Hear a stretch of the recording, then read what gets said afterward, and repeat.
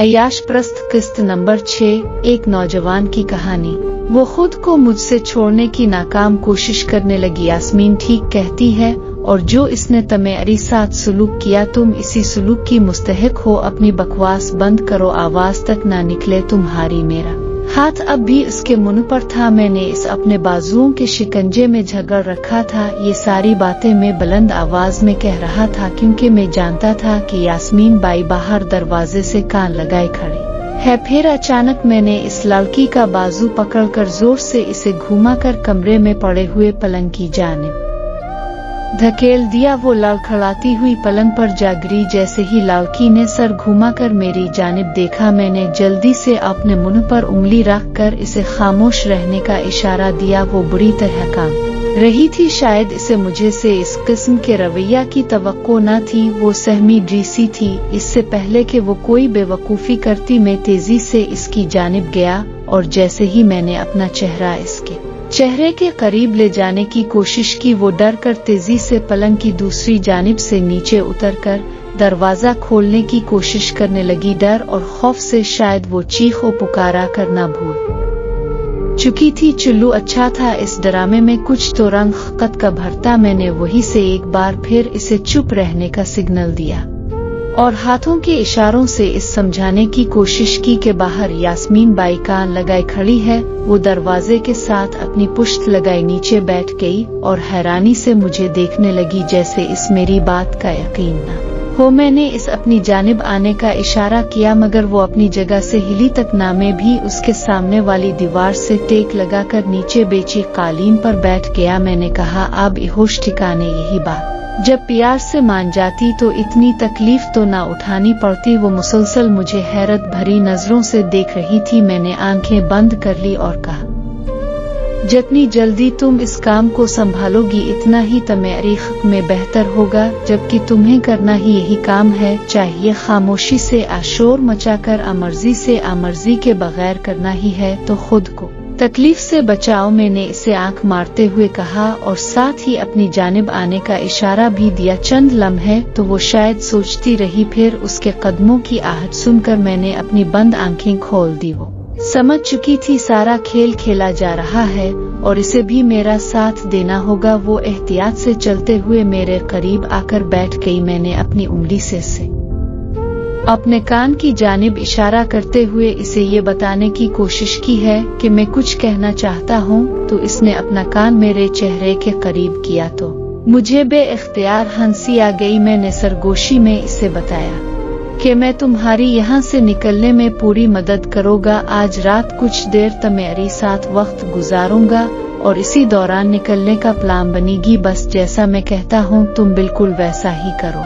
मेरी बातें सुनने के बाद लड़की ने इस बात में सर हिलाकर मेरी तसल्ली कर दी। मैंने इसका डर खत्म करने के लिए मजीद चंद बातें की और ये भी बार बार कहा कि यास्मीन बाई के सामने वो मेरे साथ बिल्कुल नॉर्मल रवैया रखे, क्योंकि ये मेरे प्लान का हिस्सा था। याद आने पर मैंने अचानक इससे इसका असली नाम पूछा तो लड़की ने अपना नाम आयशा बताया। मैंने कहा, तुम्हारे शनाख्ती कार्ड पर क्या यही नाम दर्ज है? आयशा ने कहा, बिल्कुल यही नाम दर्ज है। जबकि यास्मीन बाई ने इसकी आंखों के हिसाब से इसका नाम सिहर रखा। धुंध करने वाली लड़कियों के कहीं नाम हुआ करते हैं, वो अपना असली नाम हमेशा पोशीदा ही रखती हैं। मैंने आयशा से कहा, तैयार रहना। ये कहते हुए मैं दरवाजे की जानिब पड़ा और जब दरवाजा खोलकर बाहर जाने का तो बूढ़ा चचा अपने पीले दांतों की नुमाइश करवाते हुए नजर आया। शायद यास्मीन बाई इसे यहाँ छोड़ गई थी। मैंने बूढ़े को नजरअंदाज करते हुए आयशा को आवाज दी और हम ऊपर एक साथ आ गए।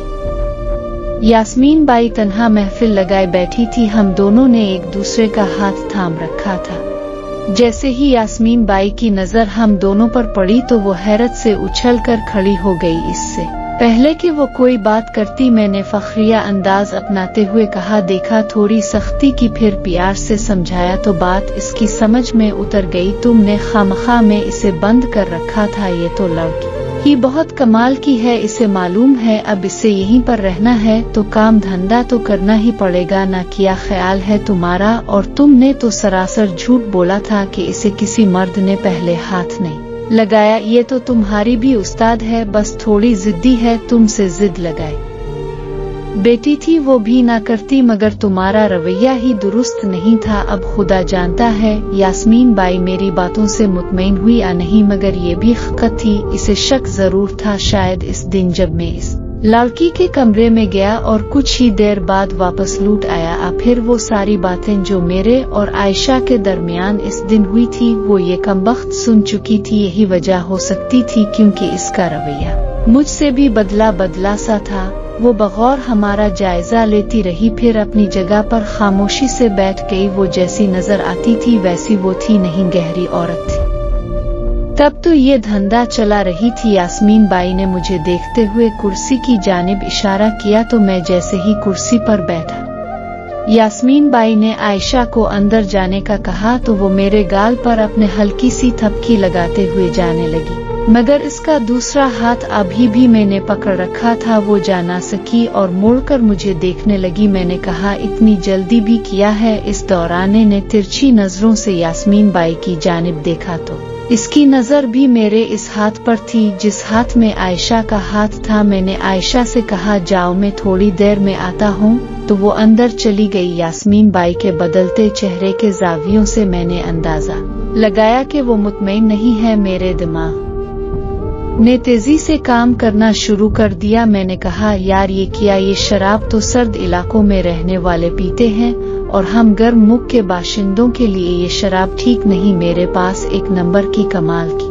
विस्की मौजूद है। ये कहते हुए मैंने जेब से हजार की नोटों की एक गड्डी निकलाकर यास्मीन बाई के सामने मेज पर रख दी और इसे बोलने का मौका दिए बगैर मैंने कहा, बस मैं यूं गया और यूं आया। वो सर पकड़कर बैठ गई और मैं तेजी से वहां से निकल गया। बस 10 मिनट की पैदल मुसाफत पर मेरी गाड़ी मौजूद थी। गाड़ी का रास्ता तो था इस नायिका की ठिकाने तक, मगर मैं हमेशा गाड़ी एक महसूस जगह खड़ी करता और इस ठिकाने तक पैदल आता। जिस रास्ते से आता वापसी पर दूसरे रास्ते से जाता। चारों तरफ खोली सड़कें थी। मैं तेज तेज चलता गाड़ी तक पहुंचा। गाड़ी को दौड़ाते हुए सीधा असद के घर में ले गया। चौकीदार ने जैसे ही दरवाजा खोला, मैंने असद का पूछा तो वो घर पर ही था। मैं सोच रहा था कहीं इसने पी न रखी हो, क्योंकि होशमंदी जरूरी थी, वरना नशा तो अक्ल को खा जाता है। मैं एन वक्त पर पहुंच चुका था और मैंने आते कहा, आज नहीं। असद ने जैसे ही मेरी आवाज सुनी इसने पलट कर देखा। मैंने कहा, वक्त बिल्कुल भी नहीं मेरे पास, मुझे एक सरेंज और 4 अदद नींद की गोलियां चाहिए। बगैर किसी सवाल जवाब के असद हैरत भरे लहजे में बोला, यार सब खैरियत तो है ना? मैंने कहा, बाद में बताता हूँ। तुम वो दोनों चीजें और मेरी गाड़ी लेकर मेरे घर के बाहर गाड़ी के अंदर ही मेरा इंतजार करो, मैं घर जा रहा हूँ, 15 मिनट लगेंगे मुझे, तुम जल्दी पेचो। ये बात मैंने वापस चलते चलते की और तेजी से अपने घर की जानिब रुख किया जो कि करीब ही था। घर पहुंचकर मैंने अलमारी से टीचर विस्की की 2 अदद बोतलें उठाई, अपनी एक शर्ट में लपेटकर एक शॉपिंग बैग में डाल दी ताकि कोई देख न ले। घर में पड़ी थोड़ी रकम भीली और घर से बाहर निकल आया। इस सारी कार्रवाई में मुझे 20-22 मिनट लगे। असद मेरी दी गई हिदायत के मुताबिक गाड़ी समत बाहर मौजूद था। इस नावल अय्याश परस्त का अगला पार्ट सुनने के लिए मेरे इस चैनल स्टोरीज 7 सेंटर को सब्सक्राइब कर लें, ताकि मैं किसी भी टाइम इस नावल अय्याश परस्त का अगला पार्ट अपलोड करूं, इसका नोटिफिकेशन सबसे पहले आपको मिले।